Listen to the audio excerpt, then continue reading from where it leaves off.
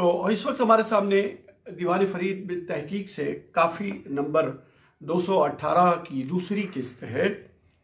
तो इसको हम देखते हैं कि पिछला शेर था हिजर फिराक निसाहा थी हिक चाय सांस लुढ़ाए।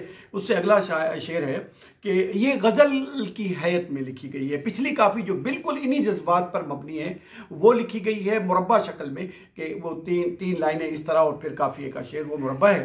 तो पाक कजला ला सुर्खी दिल्ली देखे ते मुस्काए। आज मेरे दिल की कैफियत क्या है, वो कहते हैं कि अब दिल जो है, अब ये देखें शायरी किस तरह होती है और शायर बात को कहाँ से कहाँ जोड़ता है। क्या इंसान का दिल, जो कि सराइकी में दिल जो है वो मुअन्नस इस्तेमाल होता है और हमारा ऐसे ख्याल है कि उर्दू में भी किसी वक्त मुअन्नस इस्तेमाल रहा है, या अमीर ने एक जगह पर दिलक इस्तेमाल किया, वो भी तस्गीर या तलतीफ़ के तौर पे आया है। तो यहाँ पर खालिद साहब कह रहे हैं कि हमारा दिल जो है उसने भी काजल लगा लिया और सुर्खी लगाई हुई है और उसको देख देख के मुस्करा रहा है हमारा दिल, हमारी दिल। और मुद्दता पीछे शाम सलूने झोंक कुआन वसाए। अब ये शाम सलूने का लफ्ज़ जो इस्तेमाल होता है, मुद्दता पीछे, बहुत मुद्दत के बाद इंतज़ार था आने का। अब इसको आप नात के तनाजुर में ले जाएं तो भी दुरुस्त है, और अगर कुछ और भी आप समझें तो वो भी बिल्कुल ठीक है। ये कलाम फरीद का एजाज़ है कि मुद्दता पीछे, बड़ी तवील अरसे के इंतज़ार के बाद शाम सलूना। अब ये शाम का लफ्ज़ तो कृष्ण जी महाराज के लिए भी इस्तेमाल होता है, और सलूना भी वैसे तो सलूना कहा जाता है उस चीज़ को जिसमें नमक हो, मिर्च हो, चटखारा हो, नमकीन जो हो। लेकिन सलूना का, चूँकि कृष्ण जी महाराज भी सांवले रंग के थे, वो जो एक शेर हम सुनते हैं, यशोवती मैया से बोले नंद लाला राधा क्यों गोरी मैं क्यों काला। तो कृष्ण जी महाराज काले थे, लेकिन एक और भी हमें चीज़ मिलती है इसके साथ साथ, हम इसकी भी तरदीद नहीं कर रहे। एक और भी कहते हैं कि नबी अकरम सल्लल्लाहु अलैहि वसल्लम ने एक मौके पर फरमाया कि अखी यूसुफ काना अबीयदन व अना अमलह या अमलह लौन, इस तरह है कोई बात। तो कि मेरा भाई यूसुफ जो था वो सफ़ेद रंग के थे, अबियदन सफ़ेद रंग के थे, लेकिन मैं अमलह लौन हूँ। अमलह भी नमकीन को कहते हैं। जब रंगत के हवाले से लफ्ज़ नमकीन आएगा तो उससे मकसद हल्का सा गंदमी रंग जो सफ़ेद से कहीं ज़्यादा पुरकशिश होता है। तो इस तरह आप यहाँ ले ले या वहाँ ले ले इसको कि मुद्दा पीछे शाम सलूने, उस महबूब मलीह ने, शाम सलूना उस महबूब मलीह ने एक अरसे के बाद आके इस झोंक को सुहाए। अब सुहावण, मल्हावण भी आगे आ रहा है। मल्हावण, सुहावण, ठमकावण, ये तो गुजरने के या गुजारने से बहुत आगे का लफ्ज़ है, बहुत आगे का। इसका होता है रंग लगा देना, रौनक बढ़ा देना, उसको कीमत पड़ जाना उस मकाम की जिसको सुहा देता है कोई या कोई। यार आगे चलते हैं, और फिर उस पर क्या हो रहा है, शुक्र हो रहा है और हमद हो रहा है। हमद हो रही है किस लिए, 100 हमद ते लख शुक्राने, 100 हमद ते लख शुक्राने मौला माड़ वसाए।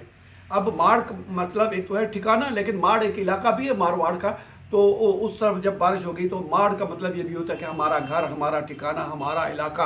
100 शुक्र है और लाखों जो है शुक्राने हैं, 100 हमद है कि मौला करीम ने हमारे माड़ वसाए।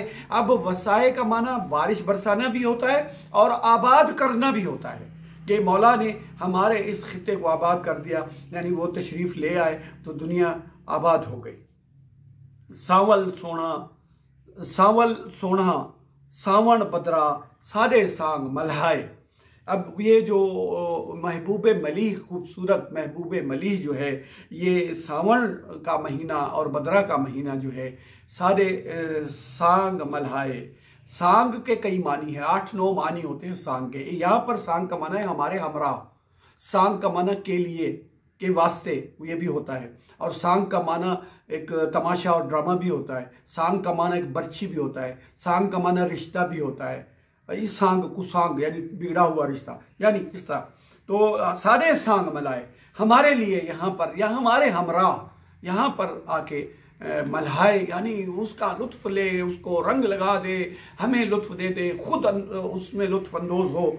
और देवन वधायाँ सेंग्या सैयाँ रल वसदे हमसाए। और इस उसकी तशरीफ़ आवरी पर जो मेरे सेंगियाँ सैयाँ हैं, जो मेरी हमजोलियाँ हैं, सहेलियाँ हैं, हम उम्र हैं, जो वो मुझे मुबारकें दे रही हैं, बधाइयाँ दे रही हैं, मुबारकें दे रही हैं। और गुजड़े राज, आगे वो बात को फिर और ले आते हैं उस तरफ, गुजड़े राज फ़कर दे सारे फ़ख्रुद्दीन सुझाए। ये फ़क्र क्या है जिसको बार बार ख्वाजा साहब ले आते हैं। अब ये फ़ख्रुद्दीन से मुराद बिलाशुबा हो सकता है कि उनके मुर्शिद करीम उन्होंने ये फ़क्र का सबक पाया। या फ़क्र तो कहते हैं किसी चीज़ की कमी को, लेकिन सूफिया की इस्तिलाह में फ़क्र किसको कहते हैं?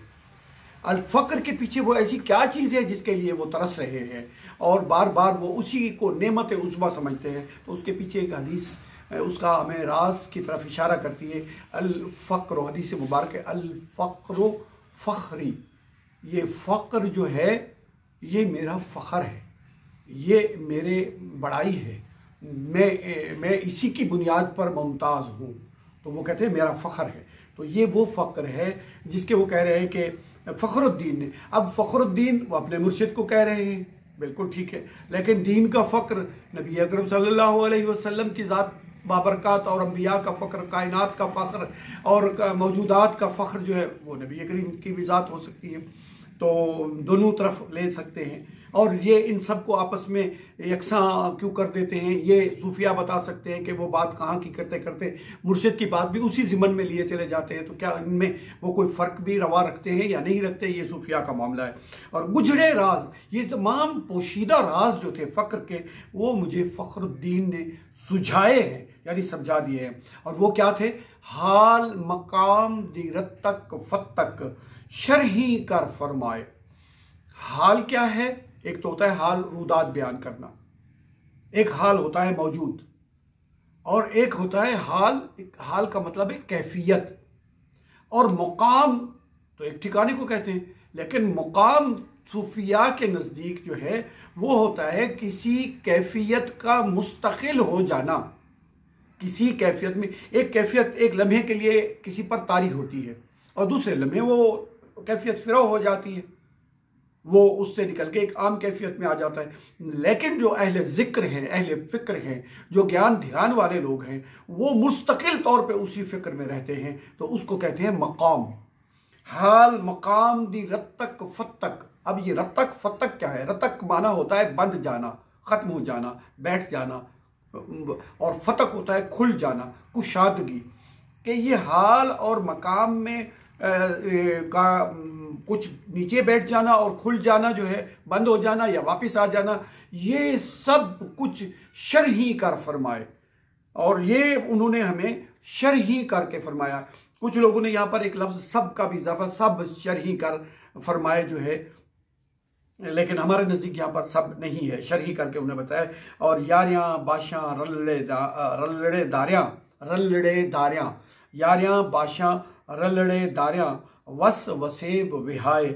और वो उसके महबूब के आने से जो इधर उधर की हमारी सोबतें थी, दोस्तियाँ थी, यारियाँ बादशाह जो थी, वो रलड़ेदारियाँ, यानी इसके साथ उसके साथ हम उलझे हुए थे। तो वो महबूब क्या आया तो उसने इन सब से हमारी जान छुड़ा दी। वस वसेब, जो इर्द गिर्द जो हमारा था, लोगों के साथ हम उलझे हुए थे, जो उन सब से हमारी जान छुड़ा के वो हमारे लिए मुखलिस हो गया और हम उसके लिए मुख्तस हो गए। वो हमारे लिए मुख्तस हो गया और हम उसके लिए मुख्तस हो गए, या कम से कम उसके करम के लिए ही रह गए हम। बाकी सब कुछ हमने तर्क कर दिया। और आखिरी शेर की तरफ आते हैं। पियुम फरीद बिरहूं दे पंधड़े बेधंधड़े मुकलाए। फरीद, मैं इश्क की मसाफतों का मुसाफिर हो गया, तू राह नवर्द शौक है, मंजिल न कर कबूल, लैला भी हम नशी हो तो महमिल न कर कबूल। प्युम फरीद बिरहू दे पंधड़े। ए फरीद, हमने तो इश्क की मसाफतों को इख्तियार कर लिया, बेधंधड़े मुकलाए, बाकी जो दुनिया के काम काज थे वो हमें छोड़ गए और हम उन्हें छोड़ बैठे। इस तरह से ये काफ़ी नंबर 218 और 217 जो एक ही मिजाज की है अपने इख्तिताम को पहुंचती है। इस पे काफ़ी कलमी मामलात इख्तलाफात के मिलते हैं, जो अगर कोई देखना चाहेगा कभी तो दीवान फरीद इंशाल्लाह मौजूद रहेगा, तो उसमें देख लेंगे।